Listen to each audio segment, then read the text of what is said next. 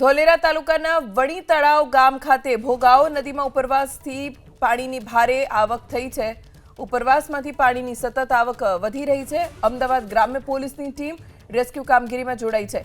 NDRF સંકલન કરી અમદાવાદ ગ્રામ્ય પોલીસ રેસ્ક્યુ ઓપરેશન ચલાવી રહી છે અને ગામમાં ફસાયેલા લોકોને સલામત સ્થળે ખસેડવાની કામગીરી પૂરજોશમાં કરવામાં આવી રહી છે। યુદ્ધના ધોરણે ગામમાં ફસાયેલા લોકોને રેસ્ક્યુ કરીને સુરક્ષિત સ્થળે ખસેડવામાં આવી રહ્યા છે। અમદાવાદના ધોલેરામાં ખૂબ પાણી ભરાઈ ગયા છે। ઉપરવાસમાં પણ ખૂબ વરસાદ છે, જેથી કેટલાક વિસ્તારો પાણીમાં સાવ ગરકાવ થઈ ગયા છે।